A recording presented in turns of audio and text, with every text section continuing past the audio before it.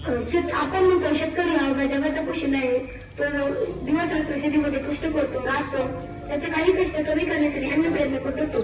या समस्येवर विचार करून आम्ही यंत्र तयार केले आहे. काही वेळा शेतकरी उन्हाळ्यात व पावसाळ्यात खत टाकण्यासाठी बाहेर पडतो, कारण उन्हाळ्यामुळे त्याच्या अंगाला चट्टी होतात व उष्माघाताचा त्रासही त्याला होतो. व पावसाळ्यात पाऊस असल्यामुळे त्याला खत टाकणे अशक्य होते. तर यासाठी आम्ही यंत्र बनवलेले आहे. आम्ही एक असा साधा विचार केला, जर का आपल्या उन्हाचे किरण असतात ती जर का आपल्या शरीरापर्यंत पोहोचलीच नाही तर आपल्या शरीराला उष्माघाताचा त्रास होणार नाही. आणि जे रासायनिक खतांचे कण असतात ते जर का आपल्या शरीराच्या कोणत्याही भागापर्यंत पोहोचले नाही तरी आपल्याला इन्फेक्शन होणार नाही. ही जी कल्पना आमच्या डोक्यात आली त्याच्यापासून आम्ही हे यंत्र बनवलेले आहे. उन्हाळ्यात उन्हापासून पावसाळ्यात पावसापासून संरक्षण हवे म्हणून आपण ही छत्री भिजवलेली आहे. व आपल्या हाताला खताचे कण लागू नये याच्यासाठी आपण हा पाईप भरलेला आहे.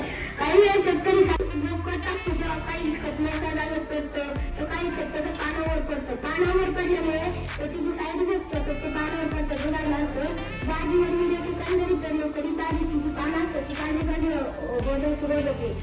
तर याच्यासाठी आपण हा पाईप त्याला खूप मोठा केलेला आहे, कारण की आपण जे खत असतं ते मुळापर्यंत त्या झाडाच्या पोहोचत नाही.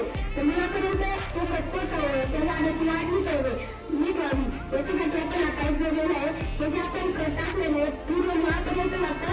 आणि काही झाडांना म्हणजे काही झाडांना जास्त खत लागते तर काही झाडांना कमी लागतं. शेतकरी सर्वच टाकतो त्यामुळे मोठ्या झाडात पडतं, त्यामुळे खतही वाया जातं. पण हे जे यंत्र आम्ही बनवले यामध्ये असं कोणत्याही प्रकारचा तोटा होत नाहीये. आणि शेतकऱ्याच्या आरोग्याची आम्ही काळजी घेतोय, कारण की ही आम्ही पिशवी बसवलेली आहे, ही आम्ही नाणं बसवलेली आहे. कारण की ही जर आपण पुढे बसवली असती तर जेव्हा काही वेळा शेतकरी खत टाकतो तेव्हा तो जो बादलीमध्ये टाकतो तेव्हा तो खत ओतल्यानंतर त्याचं जे धूळ असते ते आपल्या नाकातोंडामध्ये जाते किंवा वेगवेगळ्या फुफ्फुसाचे आजार होतात आपल्याला. त्यामुळे वेगवेगळे आजार होतात. याच्यापासून संरक्षण म्हणून आम्ही पिशवी मागं बसवलेली आहे.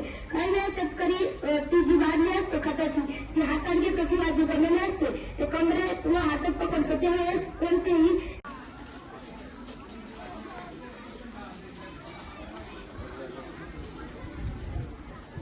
झाडाला